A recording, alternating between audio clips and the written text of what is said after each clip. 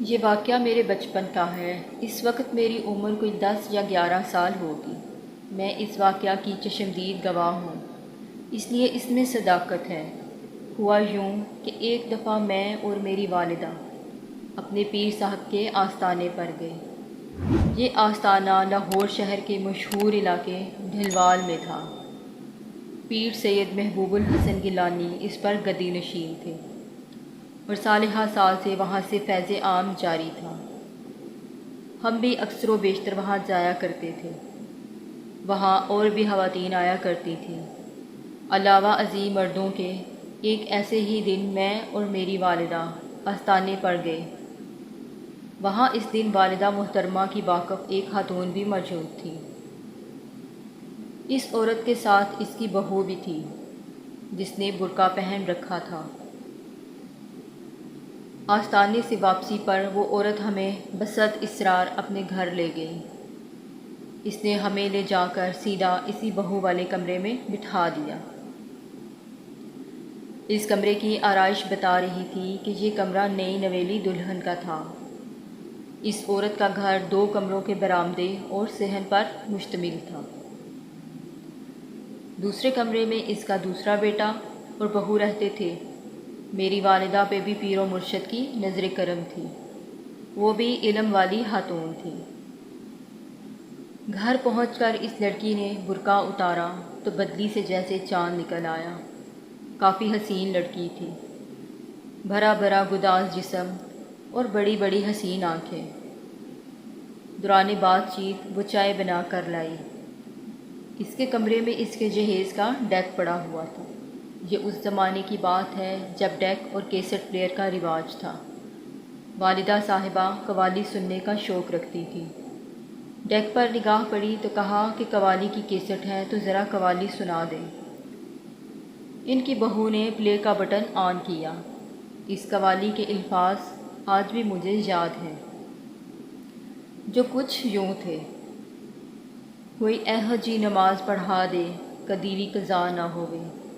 وہ پلے کر کے مڑی ہی تھی کہ اپنی ساس کو کہا، امی جی منو کچھ ہو رہا ہے، مجھے کچھ ہو رہا ہے، اور لہرا کر بیڈ پر گر گئی۔ اس کی ساس اس کی حالت سے گھبرا گئی، مگر میری والدہ نے انہیں تسلی دی اور اپنی تسبیح نکال کر اس کے پاس بیٹھ گئی۔ جہاں وہ بے سدھ پڑی تھی، والدہ صاحبہ نے اس کا ہاتھ اپنے ہاتھوں میں لیا اور اس کا انگوٹھا اپنے ہاتھ میں مضبوطی سے پکڑ لیا۔ پھر انہوں نے پڑھائی کرتے ہوئے تسبیح کے دانے گرانے شروع کر دیے۔ مجھے دوسرے کمرے میں بھیج دیا گیا۔ دونوں کمروں کے درمیان ایک دروازہ بھی تھا۔ میں وہاں بیٹھ گئی۔ میرے ساتھ ہی اس عورت کا بیٹا اور بہو دونوں بھی بیٹھ گئے، اور وہ بھی حیرت سے دیکھ رہے تھے کہ آخر اس لڑکی کو کیا ہو گیا ہے۔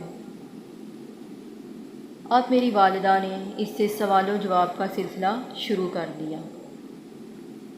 کون ہو تم؟ کیا چاہتی ہو؟ کہاں سے آئی ہو؟ وغیرہ وغیرہ۔ پہلے تو وہ خاموش رہی، پھر اچانک سے بولنا شروع کر دیا۔ اس نے کہا، میں ایک چڑیل ہوں اور اس لڑکی پر عاشق ہوں۔ ایک گھر میں اوپر والے کمرے میں میرا مسکن تھا۔ اس گھر میں شادی تھی، اور جب یہ شادی میں تیار ہو کر اور بال کھولے اوپر چلی آئی تو مجھے بہت حسین لگی، اور میں اس پر دل و جان سے فدا ہو گئی۔ تب سے اس پر میری گرفت ہے۔ میری والدہ نے کہا، وہ تو ٹھیک ہے، لیکن اب اس کی جان چھوڑ دو، کیونکہ اب تو اس کی شادی ہو چکی ہے، اس کا خاوند ہے، سسرال ہے، کل کو اس کی اولاد بھی ہونی ہے، اس نے زندگی کا لمبا سفر طے کرنا ہے۔ تم اس کے معاملات میں مداخلت کرو گی اور اسے اپنے خاوند کے ساتھ بسنے نہیں دو گی تو یہ کہیں کی نہیں رہے گی، لہٰذا تم اسے چھوڑ دو۔ نہیں، میں اسے نہیں چھوڑ سکتی، مجھے اس سے محبت ہے۔ اس نے صاف انکار کر دیا تھا۔ دیکھو، تمہارا بھی شوہر ہوگا اور بچے بھی ہوں گے، تم اپنی دنیا میں واپس چلی جاؤ اور اسے اپنی دنیا میں جینے دو۔ میری والدہ نے کہا۔ ہاں ہیں، وہ سرخ ہوتی ہوئی آنکھوں سے دے کر ہنسی۔ تو پھر تم چھوڑ دو گی نا اس کا وجود؟ میری والدہ نے اپنے رویے کو نرم ہی رکھا تھا۔